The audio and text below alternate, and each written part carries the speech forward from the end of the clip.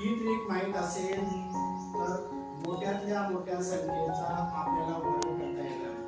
उदाहरण दे बघा, 1 चा वर्ग 1, 11 चा वर्ग 121. काय केलं? एक दोन अंकी संख्या आहे. दोन अंकी संख्या 1 2 चढत्या क्रमाने घेतलं, 2 1 उतरत्या क्रमाने. 111 चा वर्ग 12321. 111 तीन अंकी संख्या आहे, म्हणून आपण 1 2 3 चढत्या क्रमाने लिहिलं आणि 3 2 1 उतरत्या क्रमाने. 1111 चा वर्ग आपल्याला द्यायचा आहे. मग 4 अंकी संख्या येईल, मग 1